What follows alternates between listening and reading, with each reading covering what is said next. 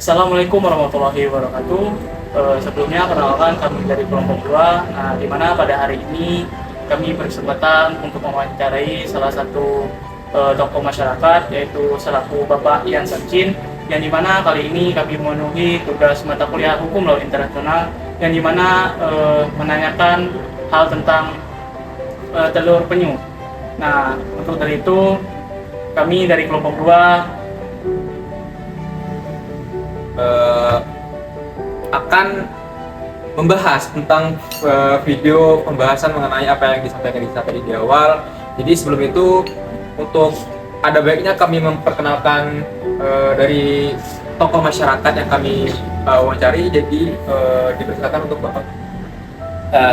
Baik, untuk rekan-rekan yang ada di sini, saya Ian Sancin, yang tadi sudah disebutkan oleh ketua kelompok ini sebagai salah seorang tokoh masyarakat di Kota Belitung,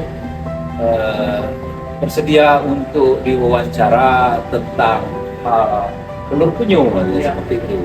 Nah, dalam hal ini telur penyu yang menjadi sasaran pengambilan secara ilegal karena penyu itu sendiri terhenti. Saya tertarik dalam bahasan ini sebagai tokoh masyarakat, saja wajib untuk memberikan pandangan-pandangan sendiri. Saya sendiri sebagai tokoh masyarakat yang selama ini mereka kenal dengan karya-karya saya di bidang sastra. Tapi saya juga terkejut mengapa kaitannya dengan ini. Dengan telur penyu, apa hubungan sastra dengan telur penyu? Ternyata telur penyu adalah bagian dari kita secara keseluruhan sebagai makhluk Tuhan, ya kan? Bahwa penyu juga adalah makhluk Tuhan, manusia juga adalah makhluk Tuhan, maka selayaknya kita hidup berdampingan di dalam lingkungan yang dapat lestari sepanjang masa, mulai dari hari ini dan seterusnya hingga masa yang akan datang. Terima kasih. Ya. Nah, mungkin itu aja yang dapat kami sampaikan. Selebihnya mari simak video kami berikut ini.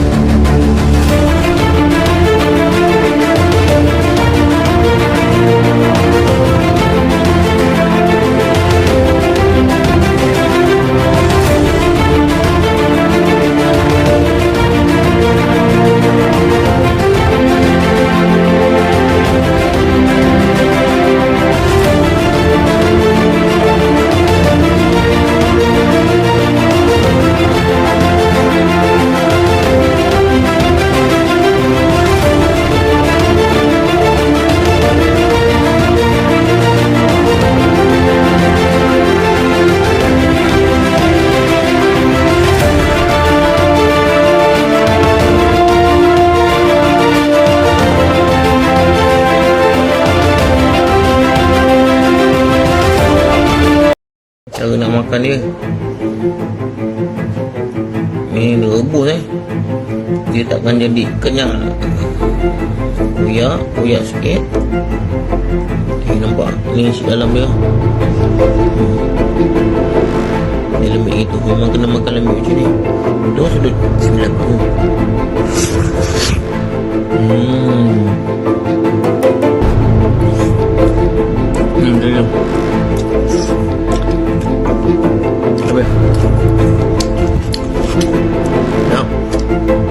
Dia masih pasti sikit.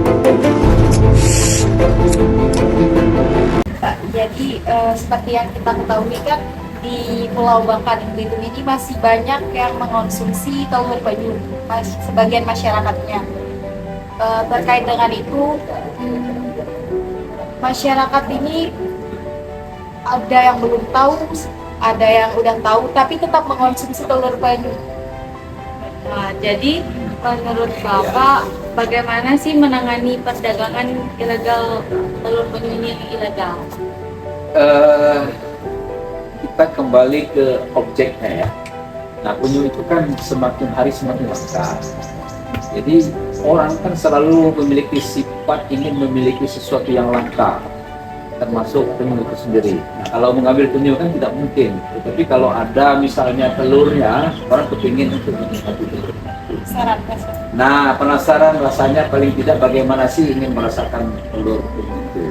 Nah, sepengetahuan saya ketika saya ke Belitung, nah, kan itu ada yang menjualnya di pinggir jalan. Nah, di pinggir jalan itu adalah pedagang kaki lima. Saja yang namanya pedagang kaki lima kan itu musiman, kadang ada kadang tidak. Nah, begitu juga dengan telur penyu itu. Nah, telur penyu itu kan tidak setiap hari ada. Nah, karena kelangkaannya itu. Jadi ada orang yang menjual itu.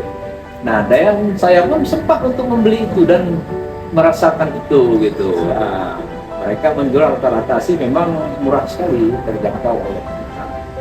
Nah, ada yang menjual itu. Nah, saya pikir mereka bukan tidak tahu tentang perlindungan, pasti tahu. Tetapi barangkali ketika ada nelayan atau pengambil telur yang menjual kepada mereka, tentu mereka membelinya dan kemudian memperdagangkan kembali. Nah, kita sejauh ini tidak mengetahui telur penyu itu dari mana mereka dapatkan, dari siapa orangnya, tetapi sudah ada di situ.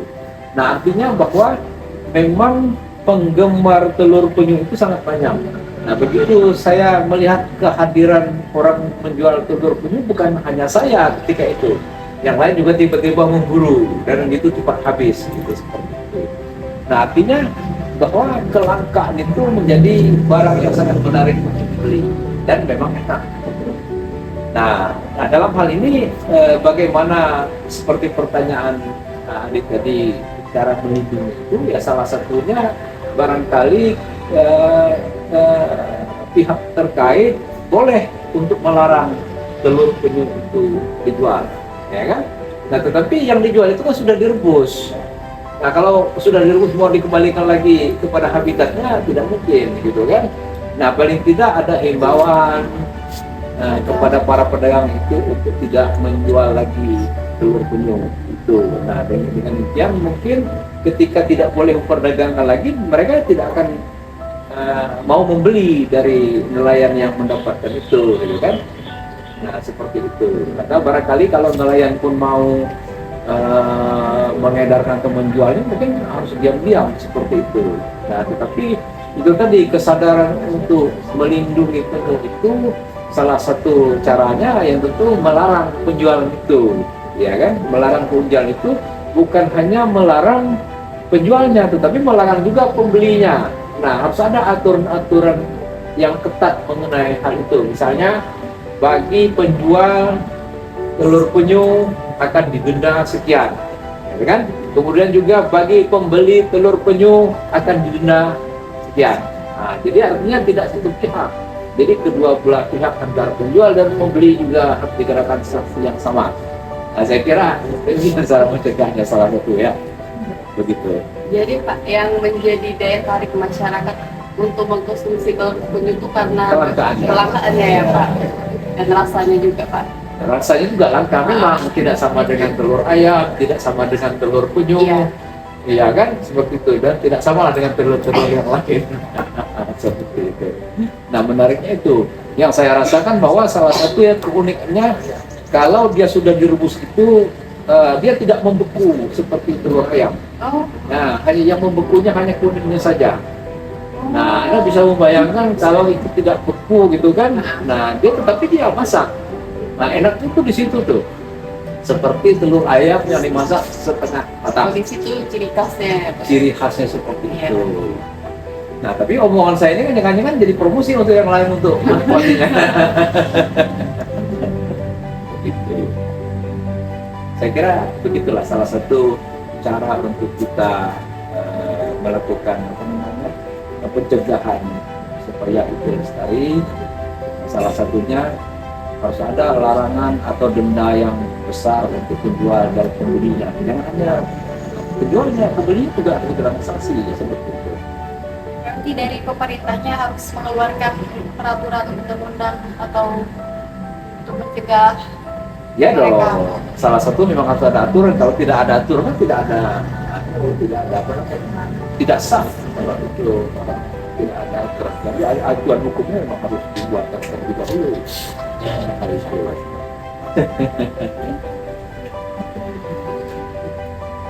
Itu aja. Ya, terima kasih sama-sama.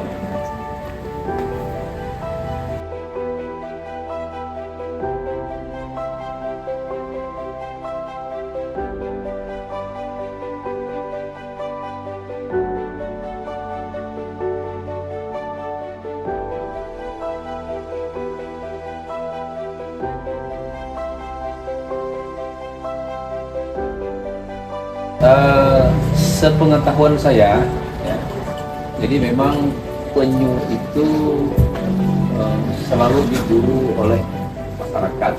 Ya.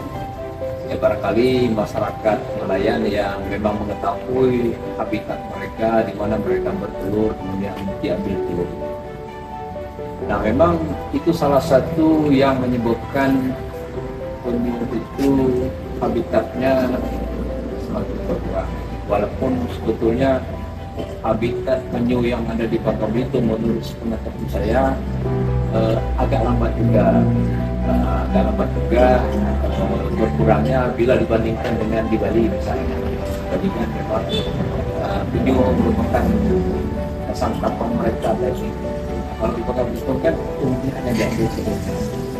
Nah, namun kalau kita lihat dari pola sistem yang ada di Bangka Belitung ini, karena sistem mata pencahariannya pada umumnya adalah pertambangan, salah satunya laut menjadi tercemar. Nah,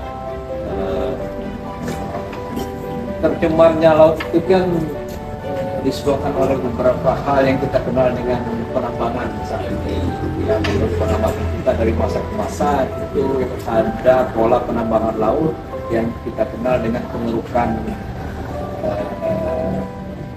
hasil tambang di laut itu timah terutama. Kalau yang masa lalu itu ada kapal teluk, kemudian sekarang ini ada kapal sap. Nah, itu karang-karang laut itu kan pada umumnya ketika olahan kapal-kapal itu membuat rusaknya terumbu karang.